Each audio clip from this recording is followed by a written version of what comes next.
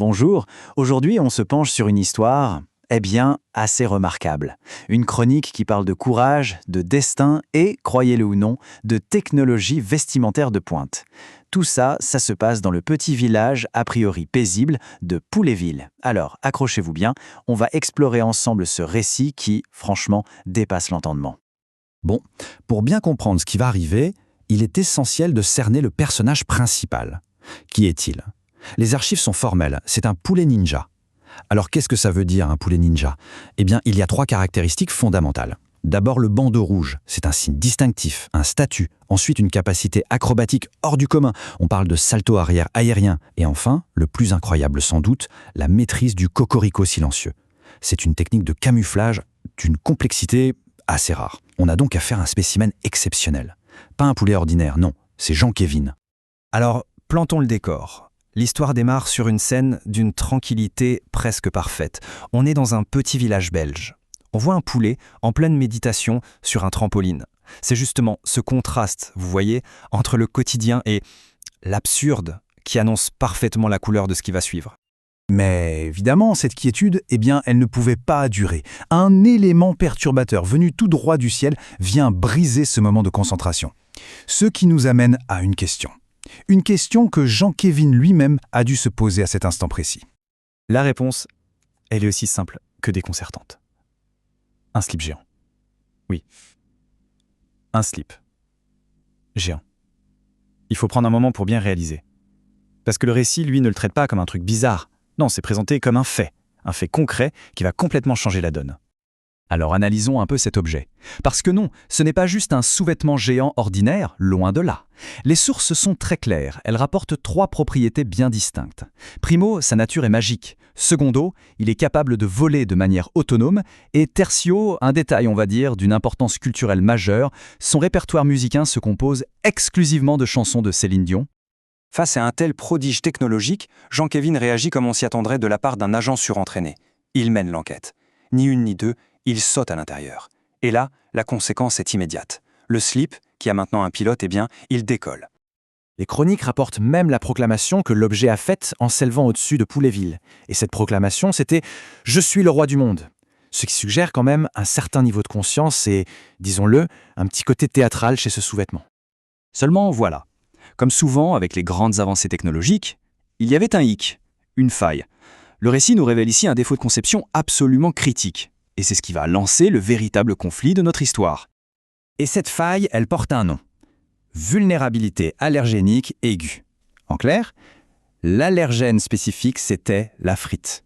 Oui, la frite belge. Une faiblesse d'une précision assez incroyable et qui, comme on va le voir, va avoir des conséquences, disons, catastrophiques. Alors, comment est-ce que ça s'est passé? La défaillance du système a suivi une séquence d'événements très précise. On va la décortiquer. Étape 1, Jean-Kévin, qui est un poulet prévoyant, avait caché une frite dans son plumage pour un petit encas. Étape 2, les capteurs du slip détectent l'allergène dans l'air. Étape 3, la réaction est immédiate. Un éternuement puissant, convulsif. Et enfin, étape 4, le pilote, Jean-Kévin, est tout simplement éjecté avec une force considérable. Bref, l'alignement parfait entre un mauvais choix de goûter et une technologie allergique. Et où atterrit-il? Là encore, les archives sont d'une précision chirurgicale. Le point de chute, ce n'est pas un tas de foin, ce n'est pas un lac, non. C'était une piscine, remplie intégralement de mayonnaise. Ce détail, cette spécificité, est absolument essentielle pour la suite.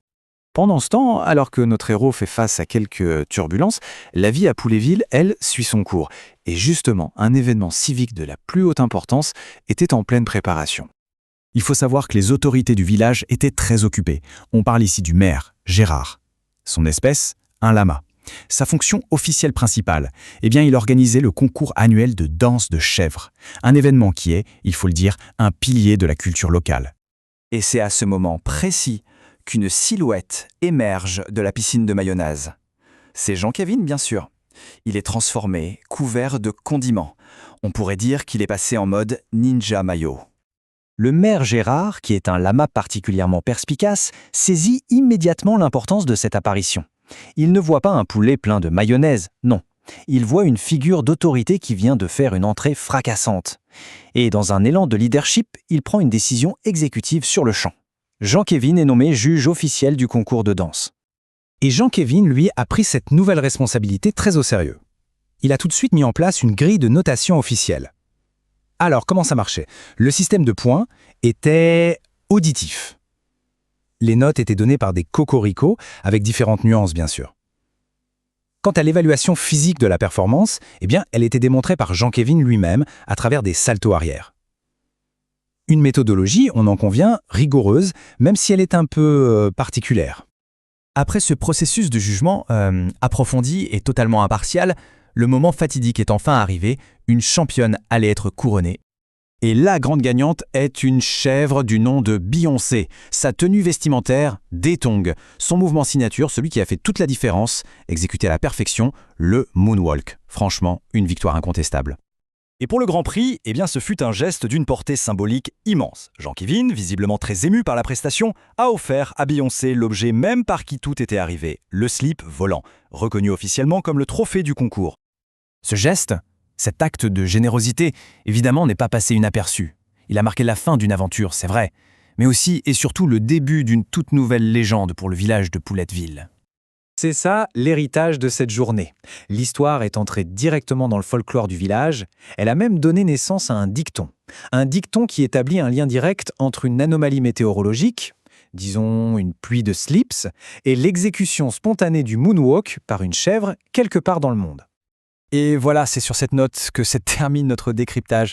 Mais on va se quitter avec une dernière question, une question qui, je pense, pousse à la réflexion, une question qui nous invite peut-être à regarder le monde et surtout le ciel d'un œil un peu différent. Et si cette légende était vraie?